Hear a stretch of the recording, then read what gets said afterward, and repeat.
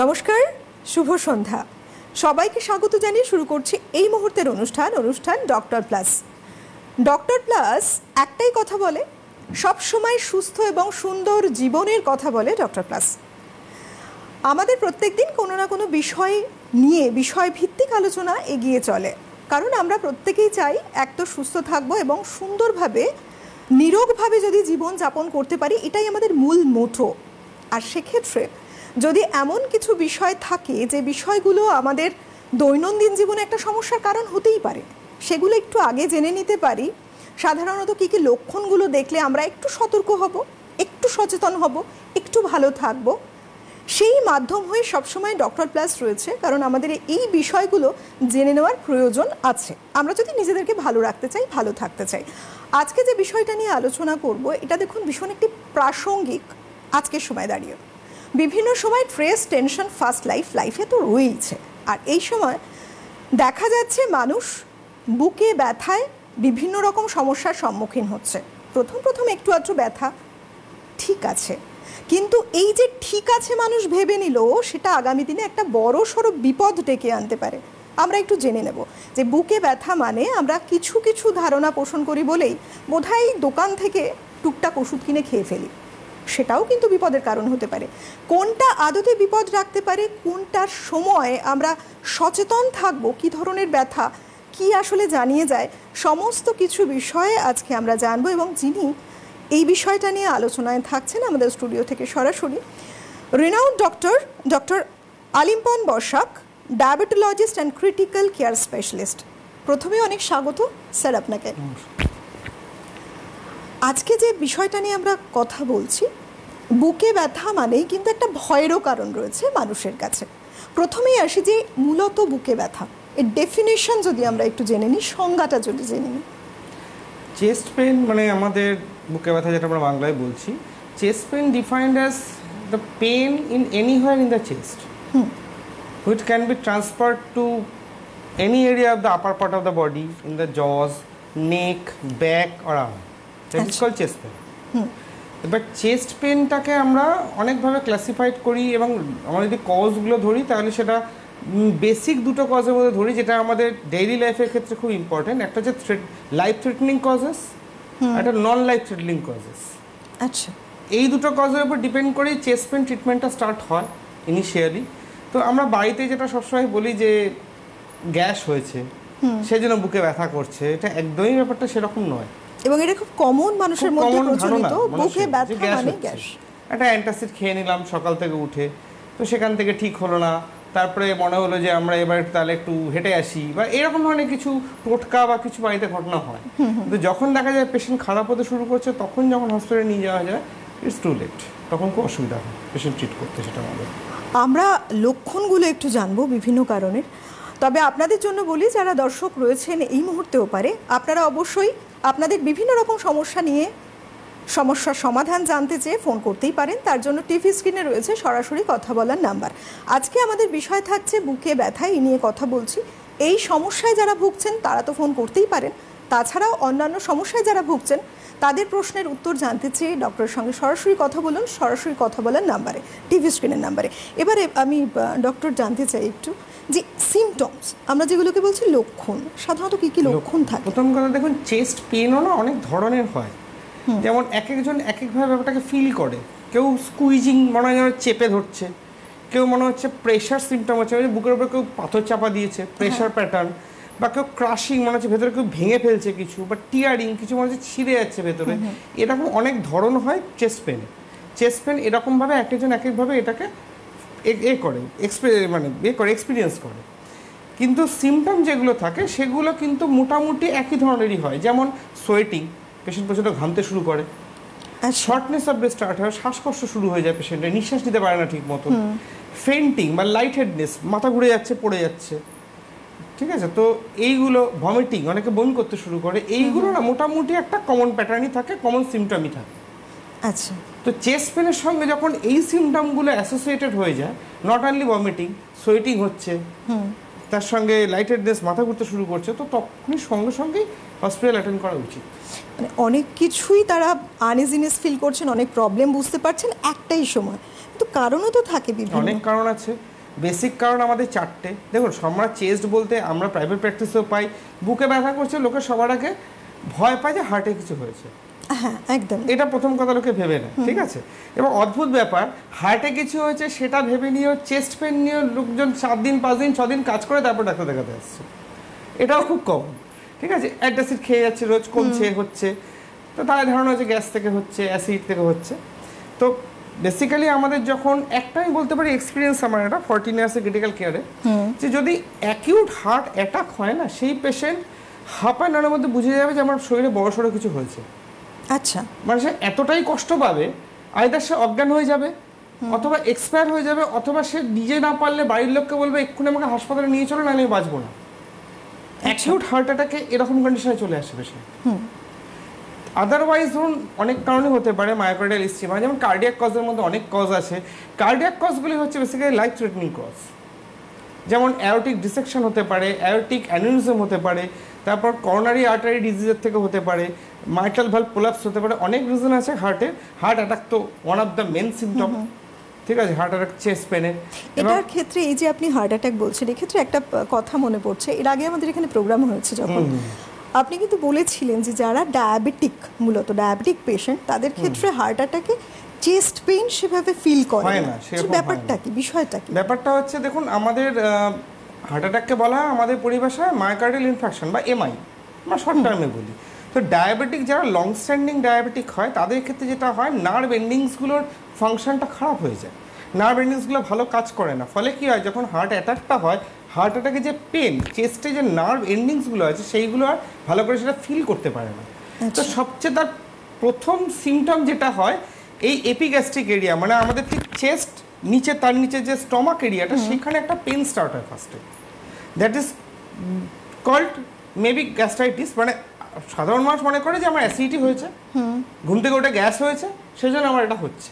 আমার ক্রিটিক্যাল কেয়ারে এরকম 3-4টে পেশেন্ট পেয়েছি যারা এরকম যখন এসছে পেশেন্ট ইজ ইন শক, তাদের প্রেশার পাচ্ছি না, পালস পাচ্ছি না, মুখের কাছে সাদা সাদা লেগে আছে, তার মানে তারা ওই সুক্রালো বা এই ধরনের কিছু ওষুধ খেয়ে এসছে, যে তারা এটা ধরে নিয়েছে তাদের অ্যাসিডিটি হয়েছে। না, এই ক্ষেত্রে তো অনেক বেশি লাইফ থ্রেটনিং রয়েছে। একদমই। এবং ওই 3টে পেশেন্ট 4টে পেশেন্ট কেউ বেঁচে বাড়ি যায়নি, কারণ তারা পুরো শকে চলে গিয়ে এসেছিল। এবং এই ক্ষেত্রে কি হয়, যেহেতু আমাদের বুকে ব্যথা হয় না, ডায়াবেটিক পেশেন্টরা বুঝতেই পারে না তাদের হার্ট অ্যাটাক হয়েছে, তারা ভাবে অ্যাসিডিটি হয়েছে। অনেক সময় অদ্ভুত অদ্ভুত সিমটম আসে, যেমন চোয়াল ধরে যায়, জ খুলতে পারে না, কাঁধে ব্যথা ইজ ভেরি কমন। কাঁধের দিকে আমাদের এটা পেনটা যায়, ভেগাস নার্ভ বলে আমাদের নার্ভ আছে বডিতে, ওই ভেগাস নার্ভের সেন্ট্রাল নার্ভ, ভেগাস নার্ভে একটা পার্ট যায় এখানে, একটা ব্রাঞ্চ, সে এই হার্টের পেনটা ওই ভেগাস নার্ভ দিয়ে এখানে গিয়ে রেডিয়েট হয়। অনেক সময় নেকের দিকে যায়, পেছন দিক দিয়ে নামে হাতের, এইগুলো তো কমন সিমটম পাওয়া যায় অনেকের ক্ষেত্রে হার্ট অ্যাটাক হলে। কিন্তু ডায়াবেটিস বুকেই ব্যথাটা হয় না প্রথম। আচ্ছা, মানে মানুষ যে সজাগ হবে, একটু ভাববে, সবসময় একটু সাবধান থাকতে হয় যে আমার অ্যাসিডিটি হচ্ছে, মানে এটা অ্যাসিডিটি নয়। একদিন সকালে ঘুম থেকে উঠে দেখলে প্রচন্ড অ্যাসিডিটি হচ্ছে, তার মানে that may not be acidity. সবার আগে তাদের উচিত আগে একটা ইসিজি করা, আর কিছু না করুক। ইসিজিতে এই চেঞ্জেস থাকে, সঙ্গে সঙ্গে মেডিকেল অ্যাটেনশন দরকার। মানে এই ধরনের যে পেশেন্টরা আসছেন, ডায়াবেটিক পেশেন্টরা, এই ধরনের সমস্যা নিয়ে, তার কারণ কি সজাগতার অভাব, সচেতনতার অভাব? একদমই। সবার মাথায় তো ঢুকে আছে অ্যাসিডিটি, অ্যাসিডিটি ছাড়া পৃথিবীতে কোনো রোগ নেই। আচ্ছা, তো সব কিছুতে মনে হয় তাদের যে অ্যাসিডিটি হচ্ছে। হ্যাঁ, definitely gastroesophageal reflux disease is the most common cause of chest burn, chest pain, যেটা আমাদের মনে হয় টক জল উঠছে, প্রচণ্ড বুক জ্বালা করছে, এটা মোস্ট কমন কজ। কিন্তু এটা ছাড়াও তো অনেক কজ রয়েছে। সুতরাং সেই কজগুলোকে আমি অ্যাভয়েড করে যাবো, আমি 60 ইয়ার্স ওল্ড এজ, আমি 70 ইয়ার্স ওল্ড এজ, খালি আমি অ্যাসিডিটি ভেবে যাবো, সবসময় সেটা নাও হতে পারে। একেবারে। একজন দর্শক বন্ধু রয়েছেন। হ্যালো, নমস্কার, কে আছেন? নমস্কার, আমি রবিউল শেখ বলছি, কোটপুর থেকে। বলুন, শামজাগঞ্জ থানা ডিস্ট্রিক্ট। বলুন, কি প্রশ্ন? বলছি যে আমার বুকের নিচের একটা সমস্যা। কি রকম সমস্যা লাগে? মানে ভাত খেলে ভাত হয় না, আপনার উপরে উঠে যায়, দিনমান না খেলে মনে হচ্ছে ভালো লাগে। আর এই বুকে দুটো জায়গাতে লাগে, পাশে সুইচের মতন করে ঢুকছে, লাগছে, ব্যথা হচ্ছে। আপনার প্রেসার, সুগার কিছু আছে? কিছুর ওষুধ খাচ্ছেন? সুগারের একটু ধরা পড়েছে আপনার 10 ml, তো ওটা এখন হাঁটছি। ওটা হাঁটতে বলেছে। প্র্যাকটিক্যাল ডাক্তাররা বলেছে একটু হাঁটো। আচ্ছা, ব্যথাটা কি বুকের বাঁদিকে হয় না বুকের ডান দিকে হয়? মালদায় বাঁদিকে। ডান দিকেও ব্যথা হচ্ছে আপনার, বাম দিকেও হচ্ছে, আর ওই বুকের কাটে, বুকের নিচটাতে প্রচুর ব্যথা হয়। বুকের দুদিকেই ব্যথা হচ্ছে? হ্যাঁ, দুদিকে ব্যথা হয়, বুকের নিচে। এই ব্যথাটা হাঁটলে হয় নাকি বসে থাকলেও হয়? সব সময় হয় আপনার, হাঁটলে হয় না, ভাত খেয়ে হজম পায় না, ভাত খেয়ে শক্তি পায় না, মনে হচ্ছে না খেলে ভালো থাকি, এরকম অবস্থা। খেলে মনে উপাসের কষ্ট হয়। ঠিক আছে, আপনি শুনতে থাকুন, হ্যাঁ, টিভিতে শুনুন। আচ্ছা, উনি এটা প্রথম কথা বললেন বুকের দুদিকে ব্যথা হয়। ঠিক আছে, তো বুকের দুদিকে ব্যথা ডেফিনেটলি এটা হার্টের পেন তো হতে পারে না। বুকের দুদিকে একসাথে কখনোই হার্টের পেন হয় না, যে কোনো একটা দিকে রেডিয়েট করে। আমি ধরে রাখি উনি ডেক্সট্রোকার্ডিয়া, মানে 1 লাখে একযোগে ডান দিকে হার্ট থাকে, সেটাও যদি হয় তাহলে শুধু ডান দিকে কিছু হলে হার্টের ডান দিকেই ব্যথা হবে, যেদিকে হার্ট থাকবে। এখানে শুধু বাদিকে হার্ট থাকলে বাদিকেই ব্যথা হবে, দুদিকে একই সাথে ব্যথা একসাথে কখনোই হার্ট অ্যাটাকে হয় না। এবার দ্বিতীয় কথা হচ্ছে, উনি যেটা বললেন খাওয়ার পরে ব্যথা হচ্ছে, খাওয়াটা হজম হচ্ছে না বেসিক্যালি, তো সেটা তো গ্যাস্ট্রো ইস্যু। তো হয়তো হতে পারে ইন্টেস্টাইনাল মুভমেন্ট কমে গেছে বলে ওনার খিদে কমে গেছে, পেট খোলা লাগছে, এগুলো থেকে হতে পারে। 3 নম্বর হচ্ছে, আমার যেটা পার্সোনালি মনে হচ্ছে এটা ঠিক কার্ডিয়াক ইস্যু নয়। আমার মনে হচ্ছে ওনার ডর্সোলাম্বার স্পাইনে স্পন্ডিলাইটিস আছে, এবং যেহেতু ডর্সোলাম্বার স্পন্ডিলাইটিস থাকলে ওই স্পাইনাল নার্ভসগুলো ঘুরে সামনের দিকে আসে আমাদের। আচ্ছা, সেই কারণে ওই পেনটা দুদিক থেকে যখন আসছে তখন প্রবাবলি ওনার স্পাইনের মধ্যে স্পন্ডিলাইটিস আছে। তো স্পাইনারটা আগে এক্সরে করতে হবে। ডেফিনেটলি ইসিজি বা ইকো আমরা করতে পারি, কিন্তু ওর সঙ্গে স্পাইনে একটা এক্সরে করে দেখা হয় যে স্পাইনাল স্পন্ডিলাইটিস আছে কিনা, যে কারণে দুদিক দিয়ে ব্যথাটা আসছে ওনার। আচ্ছা, সুতরাং আপনি যারা ওপাশে রয়েছেন এবং আপনি যিনি এক্ষুনি কথা বললেন, দেখুন সঠিক ডায়াগনোসিসটা ভীষণ প্রয়োজন। সঠিকভাবে যদি ডায়াগনোসিস হয় তাহলেই কিন্তু রোগ সারানো সম্ভব। যারা মনে করছেন ডক্টরের কাছে আসতে চান কনসালটেশনের জন্য, অবশ্যই টিভি স্ক্রিনে দেখুন ইয়েলো স্ট্রিপের মধ্যে রয়েছে হেল্পলাইন নাম্বার, এই নাম্বারে ফোন করুন। কবে কোথায় ডক্টর চেম্বার করছেন অবশ্যই গাইড করা হবে। কনসালটেশনের ভীষণ প্রয়োজন, সেটা দেখে নেওয়া, একটা হিস্ট্রি নেওয়া ডক্টরদের কাছে ভীষণ ইম্পর্ট্যান্ট। ডক্টর, এই যে আমরা আজকে চেস্ট পেইন বিষয়টা নিয়ে কথা বলছি, এটা একটা গুরুত্বপূর্ণ, এতখানি গুরুত্বপূর্ণ বিষয়, এবং যে বিষয় ছিলাম যে একজন ডায়াবেটিক পেশেন্টের ক্ষেত্রে বিশেষ করে বোঝা সম্ভবই নয়, সেক্ষেত্রে অনেক বেশি সতর্কতা অবলম্বন করা উচিত। বেসিক্যালি কি মূলত তো কিছু সিমটম তারা দেখবেন, কিছু ফিল করবেন এত বড় একটা সমস্যা আসার আগে। ডায়াবেটিক পেশেন্টদের তো ওটাই, যেটা আমি আপনাদের বললাম, যে অ্যাসিডিটি হবে, প্রচণ্ড মনে হবে অ্যাসিডিটি হচ্ছে, জ পেন হতে পারে, লক জ হতে পারে, নেক পেন হতে পারে, শোল্ডার পেন হতে পারে, আর্ম পেন হতে পারে, সোয়েটিং হতে পারে, যেটা আমি প্রথমে বললাম, সোয়েটিং হতে পারে, শর্টনেস অফ ব্রেথ হতে পারে, ফেন্টিং হতে পারে, এইগুলো সব সিমটমের মধ্যেই পড়ে।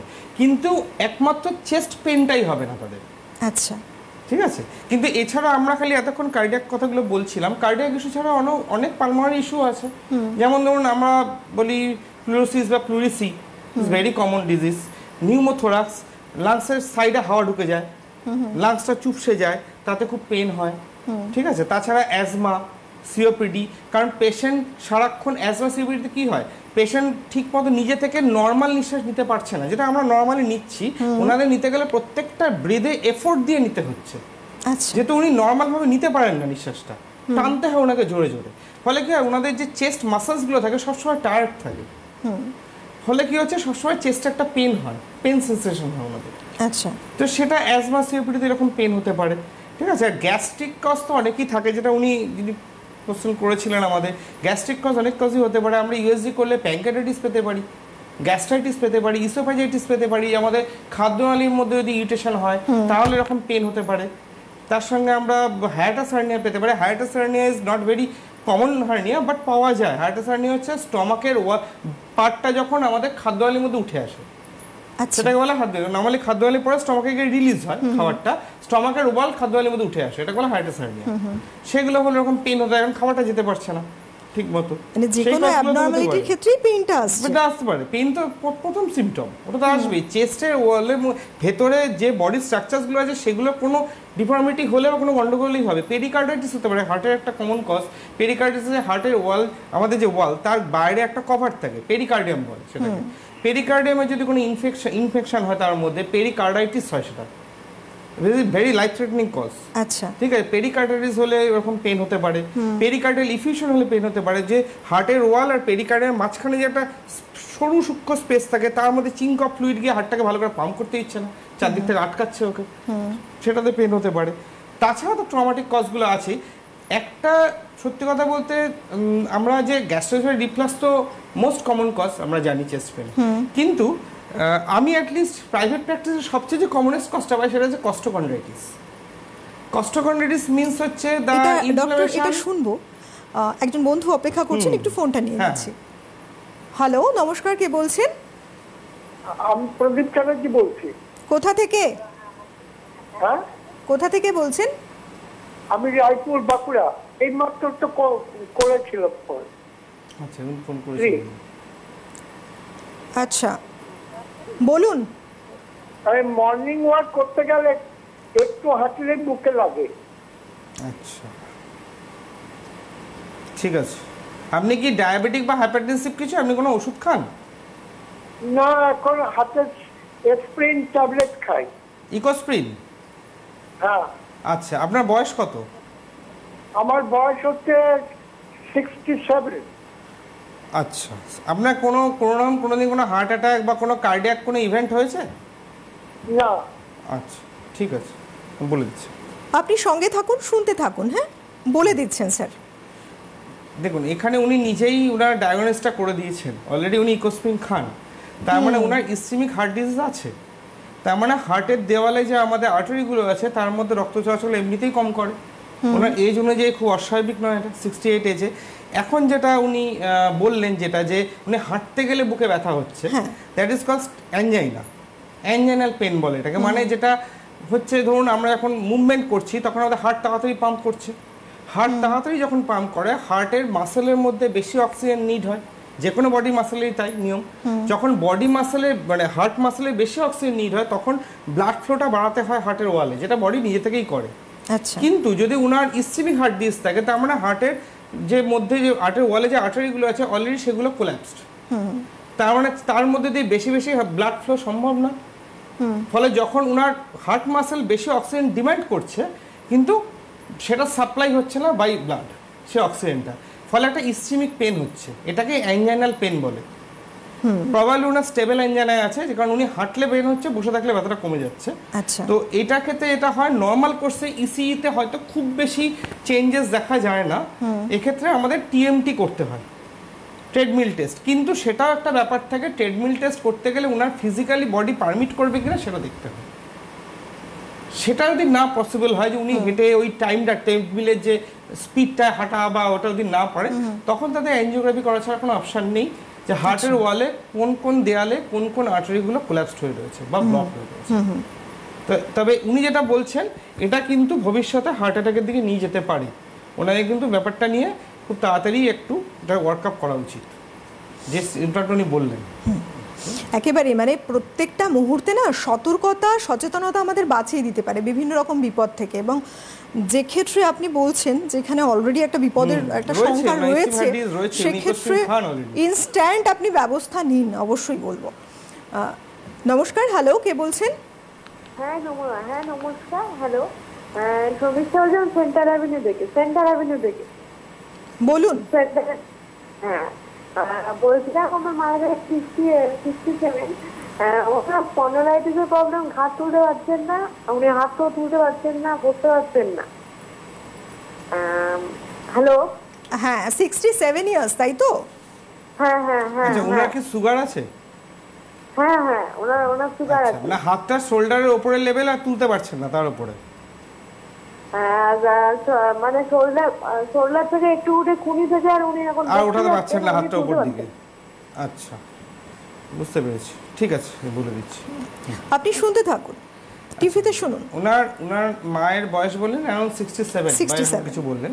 তো আমি কেন ডায়াবেটিক কথাটা জিজ্ঞেস করলাম, একটাই কারণ ওনার মায়ের ফ্রোজেন শোল্ডার হয়েছে এটা।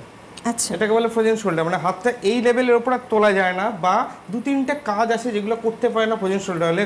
কোনো স্ক্রুইং মুভমেন্ট করা যায় না, ধরুন কোনো একটা কাপড় নিংড়ানো, এই স্ক্রুইং মুভমেন্ট, বা যারা ধরুন ইয়াং এজে হয় বাইক টাইক চালায় তাহলে বাইকের মুভমেন্ট করা, আচ্ছা, বা ধরুন যারা কাপড় নিয়ে মেলতে যাচ্ছে হাতটা তুলতেই পারবে না, মানে নিংড়ানো যে এই মুভমেন্টগুলো করতে পারবে না, ইনওয়ার্ডস স্ক্রুইং মুভমেন্ট বা হাত তোলা, বা ধরুন কেউ যদি ব্যাক ব্রাশ চুল আশ্রয় এইভাবে, এইটা এরপর আর যাবে না ওনার হাত, আচ্ছা হাত পেছন দিকে নিতে পারবে না, এটাকে বলে ফ্রোজেন শোল্ডার। এটা আমার বলতে পারেন যে আমার প্রাইভেট প্র্যাকটিসের অভিজ্ঞতা, এই যে ফ্রোজেন শোল্ডার হয়েছে, প্রতি 10 জন ফ্রোজেন শোল্ডার পেশেন্টে 8 জনের ডায়াবেটিস থাকে। এটা ডিটেলে আরো শুনবো ডক্টর। একজন কলার্স রয়েছে। হ্যালো, নমস্কার, কে বলছেন? আমি শিলিগুড়ি থেকে রত্না কর্মকার বলছি। বলুন, কি জানতে চান? শিলিগুড়ি থেকে রত্না কর্মকার বলছি। প্রশ্ন কি? আমার না এই বুকের ডান সাইডে, হ্যাঁ এই যে বলছি তো শিলিগুড়ি বুকের ডান সাইডে অল্প অল্প মানে একটু ব্যথাও ঠিক বুঝতে পারছি না। আমার সমস্ত পরীক্ষা করা হয়েছে, কার্ডিওলজি করা হয়েছে, ইসিজি করা হয়েছে, হ্যাঁ কিছুই ধরা পড়ে নাই। আপনার ঘাড়ে ব্যথা করে? ঘাড়ে বা কোমরে ব্যথা করে? না না না, আপনার যে সমস্ত সমস্যা বলছেন সেগুলো আমার কিছুই না, কিন্তু না না না। ঠিক আছে, ঠিক আছে, আপনি সঙ্গে থাকুন, শুনতে থাকুন। আচ্ছা, আমি কিছুক্ষণ আগে একটা কথা বলছিলাম, কস্টোকন্ড্রাইটিস টার্মটা বলছিলাম, এটা ওনার কস্টোকন্ড্রাইটিস, এটা সেই সমস্যা। আচ্ছা, বেসিক্যালি কস্টোকন্ড্রাইটিস হচ্ছে আমাদের যে পাঁজরের হাড়গুলো, সেই হাড়গুলোতে ডিরেক্ট এসে মাঝখানে স্টার্নামে অ্যাটাচ হয় না, হাড় আর ওই স্টার্নামের মাঝখানে একটা কাটলেজ পার্ট থাকে, যাতে আমাদের এটা বড় হতে পারে রিপকেসটা। শুধু হাড় থাকলে রিপকেসটা এক্সপ্যান্ড করা সম্ভব না, তো এই কাটলেজগুলো কি হয়, একটা ইনফ্ল্যামেশন হয়, দ্যাট ইজ কল্ড কস্টোকন্ড্রাইটিস। এটা ব্যথা ব্যথা সেন্সেশন থাকবে, কিন্তু কখনোই ব্যথা প্রপারলি চাপলে হবে না, যেটা উনি বলতে পারছেন না প্রপারলি। এইসব ক্ষেত্রে এক্সরে করলে কোনোদিন কিচ্ছু বেরোয় না, ইকো করলে বেরোয় না, ইসিজি করলে বেরোয় না, একমাত্র ঘাড়ে এক্সরে করলে ঘাড়ে স্পন্ডিলাইটিস বেরোয়। এবার এটা আমরা ইনডিরেক্টলি বুঝতে পারি যে এখানে স্পন্ডিলাইটিস আছে মানে এখানে হাড়ের ক্ষয় আছে, ইরোশন আছে, তার মানে এই পাঁজরের হাড়গুলো ক্ষয়েছে। আচ্ছা, তো ফলে ক্যালসিয়াম জাতীয় ওষুধ, আরো সঙ্গে কিছু কোলাজেন পেপটাইড বা এই ধরনের কিছু ওষুধ খেলে 2-3 মাসে এই পেনটা কমে যায়, মানে মেডিসিন দিয়ে ট্রিটমেন্ট। এটা কস্টোকন্ড্রাইটিস বলে। এটা আমি আমার প্রাইভেট প্র্যাকটিসে সবচেয়ে জিআরডির থেকে কস্টোকন্ড্রাইটিস বেশি পাই বুকে চেস্ট পেনের জন্য। একজন বন্ধু রয়েছেন। হ্যালো, নমস্কার, কে বলছেন? আমি কান্দি থেকে বলছি। বলুন। বলছি আমার একটু শরীরে শ্বাসকষ্ট হচ্ছে, তার ডাক্তারবাবুকে ওষুধ দা। শরীরে শ্বাসকষ্ট হচ্ছে, বয়স কত? বয়স 48-50। আপনি স্মোক করেন? মানে সিগারেট বা বিড়ি কিছু খান? হ্যাঁ, সিগারেট বা বিড়ি কিছু খান, স্মোক করেন? হ্যাঁ, বিড়ি খাই। আচ্ছা, কত বছর ধরে খাচ্ছেন? বিড়ি সিগারেট খাই না, বিড়ি ধরুন মোটামুটি 15-20 বছর ধরে খাচ্ছি। আচ্ছা, দিনে কটা করে খান? হ্যাঁ, দিনে কটা করে খান? 10 টাকা করে খাই। আচ্ছা, ঠিক আছে। এমনি আর কোনো রোগের জন্য ওষুধ খান, সুগার প্রেশার কোনো কিছু? না না না, ওসব কিছু না। আচ্ছা, ঠিক আছে, বলে দিচ্ছি আমি। ঠিক, আপনি শুনতে থাকুন, সঙ্গে থাকুন। আচ্ছা, প্রথম কথা হচ্ছে উনি রোগটা তো নিজেই বাঁধিয়েছেন, ঠিক আছে। একটা মানুষ, আমি বলছি একটা হিসাব বলছি, একটা মানুষ যদি দিনে 10টা যদি বলে, নর্মালি পেশেন্টরা একটু কমিয়ে বলে, এটা আমরা জানি। 10টা বললে সেটা তো 15টা খায়, যাই হোক যেটাই হোক, 10টা করে যদি মানে 300 দিন বা 365 দিন খায়, তার মানে তার টোটাল নাম্বার অফ বিড়ি বা সিগারেটস কত হচ্ছে সারা বছরে? অ্যারাউন্ড 4000। তো যদি 15 বছর, যদি 4000 বিড়ি যদি 15 বছর ধরে খান, 60,000 বিড়ি খেলে সেই লাংসটা কিছু আর অবশিষ্ট থাকে? তো উনি যখনই স্মোক করছেন, উনি শ্বাসকষ্ট রোগ তো রয়েছে, উনি স্মোক করছেন মানে আরো কার্বন ঢুকছে। ডেফিনেটলি যে রোগটা তৈরি হয়েছে যে কারণটার জন্য, সেই কারণটা যদি উনি বন্ধ না করেন, তাহলে এটা তো কোনোদিন সারবেই না, আরো দিনের দিন বাড়বে। এবং আমাদের বলা হয় যে কোনো, এবং উনি হয়তো বললেন না, ওনার সবসময় সারাদিন একটা হালকা হালকা ড্রাই কাপ হবে। যে কোনো স্মোকার, চেইন স্মোকারদের সারাদিন হালকা হালকা হালকা হালকা একটা ড্রাই কাপ হতে থাকে, শুকনো কাশি হতে থাকে, সেটাকে আমরা বলি স্মোকার্স কাপ। স্মোকার্স কাপ বন্ধ হয় টোটালি যখন একটা মানুষ পুরোপুরি স্মোকিং বন্ধ করে, তার 3 থেকে 6 মাসের মধ্যে স্মোকার্স কাপ বন্ধ হয়। আচ্ছা, মানে যতদিনই অভ্যেস থাকুক বন্ধ হয়। স্মোকিং করা। কিন্তু একটা কথা বলছি, স্মোকিং করছেন 15 বছর, তাতে লাং যা ড্যামেজ করেছেন, যদি উনি এখন ছেড়েও দেন তাহলেও কিন্তু সেই লাং ড্যামেজটা নর্মাল হবে না। যে অবস্থায় ছাড়লেন সেই অবস্থায় লাংসটা থাকবে। অর্গান কোনোদিন তৈরি হয় না, তাহলে মানুষকে কিডনি পাল্টাতে হতো না, লিভার পাল্টাতে হতো না। ইনার অর্গান যে অবস্থায় রাখবেন সেই অবস্থায় পড়ে থাকবে। উনি যদি এই মুহূর্তে ছাড়েন তাহলে হয়তো শ্বাসকষ্টের থেকে বাড়বে না, ইভেন হয়তো ওনার কিছু ওষুধ কমতে পারে। আচ্ছা, কিন্তু যদি না ছাড়েন আরো দিনে দিনে ওষুধটা বাড়বে, হয়তো ইনহেলার বা নেবুলাইজার দিয়ে যাবে। খুব স্বাভাবিক, একটা আরো ড্যামেজ বাড়ছে লাংসে, চলছেন, এটা সমস্যাটা বাড়ছে একদমই দিনে তাই। দিনে। যতক্ষণ না উনি এবং বিড়ি হচ্ছে আনফিল্টার্ড, আরো বাজে, ওই কার্বনটা আরো বাজে। হ্যাঁ, আসছি। তবে একজন বন্ধু রয়েছেন। হ্যালো, নমস্কার, কে আছেন? হ্যাঁ, কোথা থেকে কে বলছেন? আমি রামপুরহাট থেকে বলছি, নিমাই মন্ডল। বলুন। আমি 2 বছর আগে আমার বুকে জল জমেছিল, তারপরে জলটা বের করা হয় হাসপাতালে বের করার পরে ওরা আমাকে বললো যে টিবি হয়েছে। তারপরে টিবি হয়েছে বলে টিবির ওষুধ খেলাম 6 মাস ওষুধ খাওয়ার পরে আমার এখন চলাফেরা করতে খুব কষ্ট হচ্ছে এবং একটু নড়াচড়া করলেও খুব কষ্ট হয়। আর রাত্রে ঘুমাবার সময়তে মানে মুখ দিয়ে নিঃশ্বাস খুব জোরে জোরে পড়ে আর মুখটা শুকিয়ে যায়, এই কষ্টটা আছে খুব। আপনার রাত্রেবেলা শুলে কি সাঁই সাঁই করে আওয়াজ হয়? সাই আওয়াজটা তো বুঝতে পারি না। আর টিভিটা কতদিন আগে হয়েছে বললেন? ওই জল বের করার সঙ্গে সঙ্গে কতদিন আগে? মোটামুটি বছর 2 বটে। 2 বছর। তারপর থেকে এই সমস্যাটা শুরু হয়েছে কি? তারপরে থেকে ওরা হাসপাতালে বলে দিল যে টিবি হয়ে গেছে। হ্যাঁ, না সে তো বুঝলাম। ওই ঘটনাটার পর থেকে শ্বাসকষ্টটা শুরু হয়েছে আপনার? শ্বাসকষ্ট তো এমনিতে মানে লড়াচড়া করলে খুব কষ্ট হয়। আচ্ছা, আপনি একটা কথা বলুন, আপনার কি প্রেশার আছে, হাই প্রেশার আছে? হ্যাঁ, প্রেশারের ওষুধ খাই। প্রেশার কন্ট্রোল আছে কিনা চেক করেছেন? হ্যাঁ, মোটামুটি কন্ট্রোলে।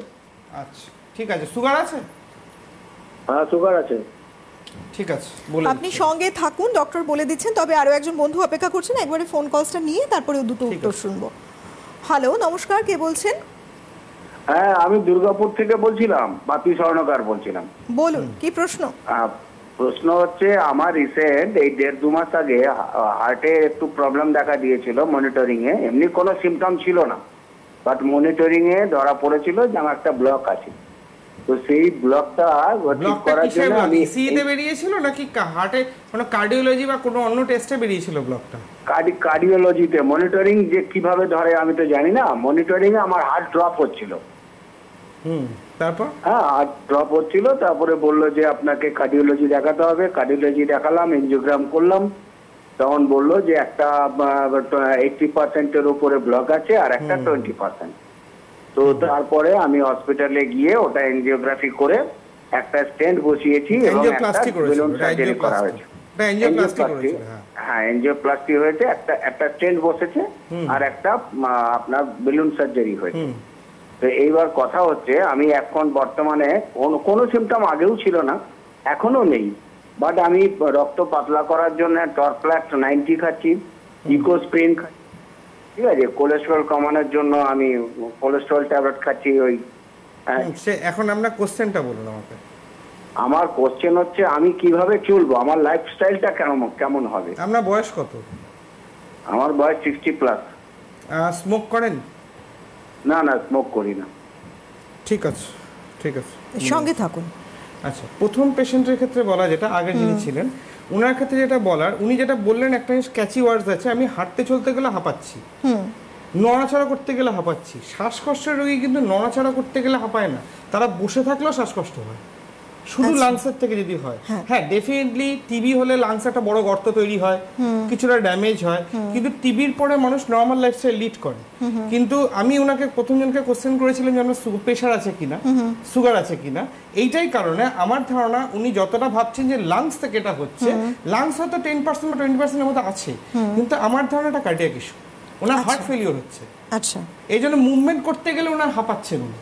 অবশ্যই বহু মানুষের বহু প্রশ্ন রয়েছে এখনো, এবং যিনি লাস্ট কোয়েশ্চেনটা করলেন খুব দুঃখজনকভাবে উত্তর দেওয়া সম্ভব হলো না, কারণ আমাদের হাতে একেবারে সময় নেই, অনুষ্ঠান শেষ করতে হচ্ছে। আপনারা সঙ্গে থাকুন, আমাদের এই অনুষ্ঠান আরও হতে পারে, নেক্সট ডেও হতে পারে, নেক্সট মানডে। সঙ্গে থাকুন আজকের মতো এই পর্যন্তই। ভালো থাকুন, সুস্থ থাকুন প্রত্যেকেই। অনেক ধন্যবাদ স্যার আপনাকে, ধন্যবাদ আপনাদের সবাইকে, নমস্কার।